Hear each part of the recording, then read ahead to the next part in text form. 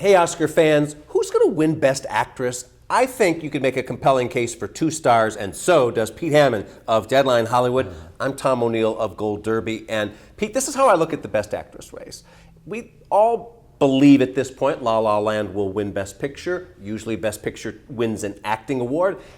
Emma has the most showy role in that film. It makes sense that she would win, but you've got Natalie Portman in a very, very impressive role as Jackie Kennedy. In other words, famous person portraying another famous person. She could win too. Is it? Yeah. Well, Natalie Portman won recently. 6 years ago. But 6 years. But she's still in that window. No, I get it. Sally Field did that. Jodie Foster did that. Christoph Waltz just Jane did Fonda that. did that. Hilary a lot of people have done Swank, that. Sean Penn. There's so a lot. why not?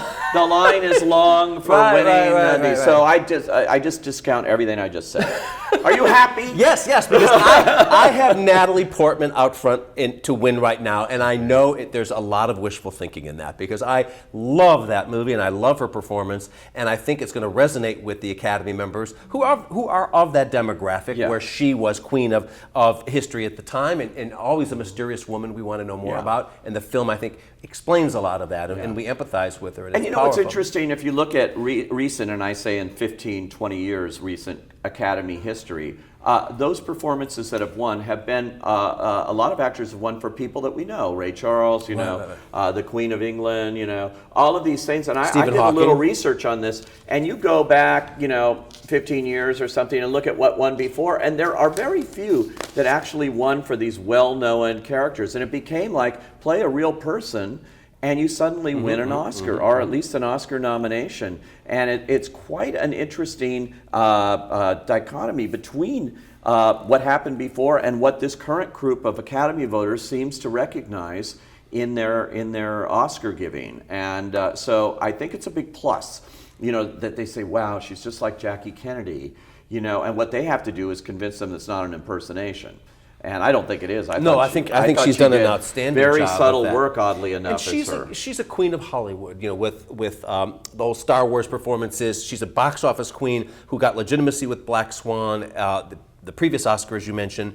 And I think that it is just such a commanding role in terms of famous person portraying another famous person, as you're talking about. Right. I think it's formidable. But we have other people in the race. Yeah, and by the way, there's symmetry between Black Swan winning the Oscar for her and this one. What's that? Which is she was pregnant then, and she's pregnant now. Right. And I mentioned that to her on my Actors Side interview with her, and she just laughed, but I said, I think there's something to that. I think there's like something in the stars for Natalie Portman this year. Her pregnancy during Black Swan was a big deal, and it mattered. It was a factor, of course. That's interesting.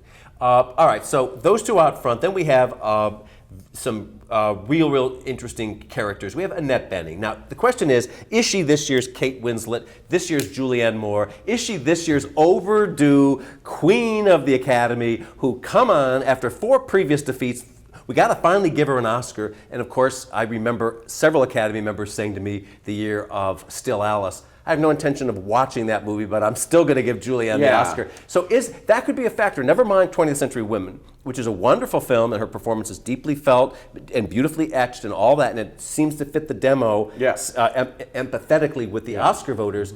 But does she get in or not? And can she win? I don't think this is a comparison to Julianne Moore, because she was winning right from the get-go. She was winning. There was no question. When they picked up that movie in Toronto, Tony Classics, and gave it a date of December, and they ran it through the whole season, and Julianne Moore was just the obvious winner. There was no stopping her. I don't see that happening with Annette Bening right now. I think this is a harder mountain to climb, because this is not as easy a year as it was when Julianne Moore won. This is a very tough year in the Best Actress race. It's a tough year to get in, to even get a nomination. So a nomination. That's highly unusual in the Best Actress race. So once again, Annette Bening, who is so star-crossed, losing twice to Hilary Swank. Not once, but twice. How many nominations has Hilary Swank gotten? 2. I know. And she won both of them against Annette Bening, who is this veteran, who's been here, so brilliant in so many things. I think delivering arguably one of her best, if not her best performance to date in 20th Century Women. I don't know if it's a movie that's going to be as widely seen, though. That's a good point. That's a good point. And she certainly deserves it. She's in the mix. I think she gets a nomination. Whether she can move that to a win, it depends on a very smart campaign that A24 is going to have to pull off to convince people that this is not just a great performance, which it is, but also look at the fact that she's never won. I think in a lot of these cases, Academy voters sit there, they have no idea if she's won or not. It has to be drilled into you. Brilliantly done one year in 1985 with Geraldine Page. Yeah. They got People magazine spread showing all of her nominations. She had 7 before Trip to Bountiful. And, you know, she came in against Whoopi Goldberg in The Color Purple and Meryl Streep in Out of Africa. And she won this thing in a little indie movie that had 1 or 2 nominations. And she won this thing because they did a brilliant campaign reminding people that this is one of our great actresses, like Annette Bening, who has never won. And they got to get that word out there. People would not know that otherwise. So that's what they have to do in Annette Bening's case. Ruth Negga with Loving is the whole point of Loving. She's kind of like the empathetic center and heart and soul of that film. She gets in, doesn't she? Well, she could. I think she's on the bubble here. It's an understated performance. Yeah. Is that why you're hesitating? It's understated, right. And that's tough. You know, in a year where 2 people that could win aren't going to get nominated, you know, and I'm not sure who they are. But I mean, this is an unusual year for the lead actress race. And so in any other year, Ruth Negga would be nominated in a walk. In a walk, and right now, no, because I can point to Natalie Portman, Emma Stone, Isabelle. I think Annette Bening, and one other who we haven't talked about yet, I think is a lock for a nomination. And that's Isabelle Huppert. And so Ruth could be that 5th slot, but so could any number of people, Amy including Adams. Amy Adams, I know. who's not only in Arrival, but is in Nocturnal Animals. And talk about overdue. I mean, and my 5 nominations only indicates how much the Academy's Actors Branch likes her. That's true. That's a good point. And she has Nocturnal Animals this year. She has a couple of movies. Yes, but we're talking about the lead actress race. She's usually been in supporting. And so, so it's interesting to see if this will translate to the lead for her. It is a sci-fi role. She won the National Board of Review Best Actress, so that gave her a little boost in ads to say winner Best Actress. And the movie is surprisingly doing really, really well, and it's hanging in there big time. And I think it's got Paramount enthused to see how well this movie's doing. So I think they're really going, and she's been out there on the circuit, to be sure. And smart to do that, I think, here, because it's a tough year. I would say another Academy favorite, doesn't have as many nominations, but clearly they like, is Jessica Chastain in Miss Sloane. And you can't find another female role this year that is the movie is more wrapped around. This is like the old days of Bette Davis and Joan Crawford. Yeah. This is her movie, and she's great. And she's very good. She plays, it's a lawyer? Or no, she plays a lobbyist. A lobbyist. Washington, D.C. lobbyist who switches sides, and it's all deceptive. It's all about the win. It's all about the win, and the ending is terrific. It's a great twist. The movie's full of twists and turns, and so she's certainly deserving, but whether that movie gets out there and seen in big numbers or not is a big question mark. But now let's talk about Isabelle Huppert. Yes. Because Isabelle She's never been nominated. Never been nominated. She's made 100 films or so. She also did my show, The Actor's Side, and she said she disputed the fact that she thinks she's made 100 films. I said, well, if you count them up on IMDb, it's over 100 films.